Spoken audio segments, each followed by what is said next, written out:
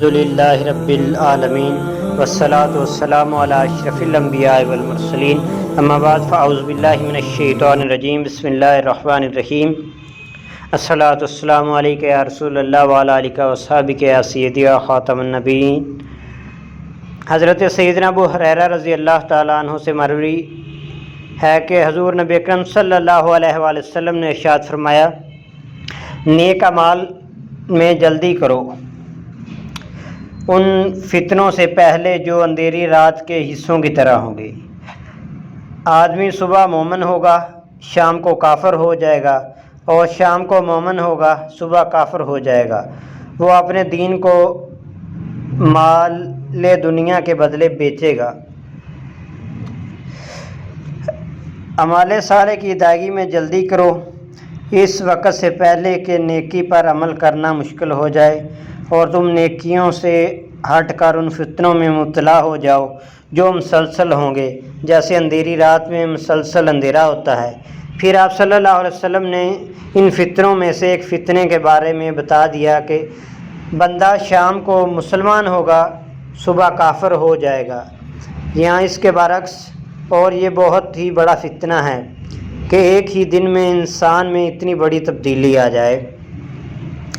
اعمال میں جلدی کرو ان فتنوں سے پہلے جو اندھیری رات کے حصوں کی طرح ہوں گے، یعنی قتل و غارت، ممنوعات شرعیہ کی کثرت، دین و دنیاوی معاملات میں مسلمانوں کا آپس میں اختلاف، اور ان جیسے فتنوں کے ظہور سے پہلے نیک اعمال کی طرف راغب ہو جاؤ، کیونکہ ان فتنوں کے ہوتے ہوئے تم نیک اعمال احسن انداز سے نہ کر سکو گے۔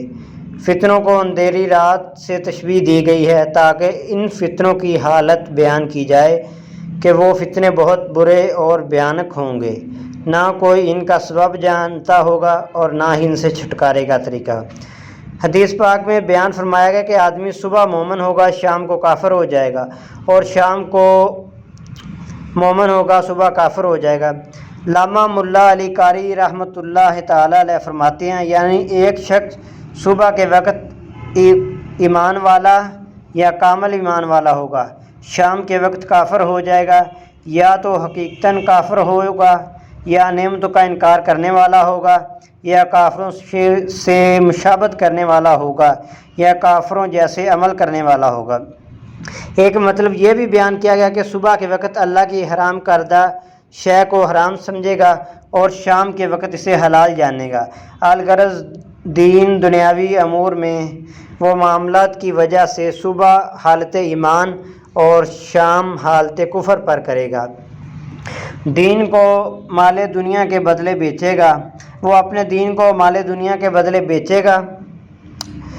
دین کو دنیاوی مال کے بدلے بیچنے کی چند صورتیں ہیں۔ مسلمانوں کے دو گروہ میں فقط غصہ اور غصبیت کی وجہ سے قتل و غارت گری ہوگی اور ایک دوسرے کا مال اور خون حلال سمجھے گا۔ نمبر 2، ظالم حکمرانوں کی حکومت ہوگی، وہ مسلمانوں کا خون بہائیں گے، ان کے اموال ناحق لوٹیں گے، بدکاری اور شراب نوشی کریں گے۔ بعض لوگ انہیں حق پر سمجھیں گے، بعض علماء سوء ان کے حرام کاموں کو جائز قرار دیں گے۔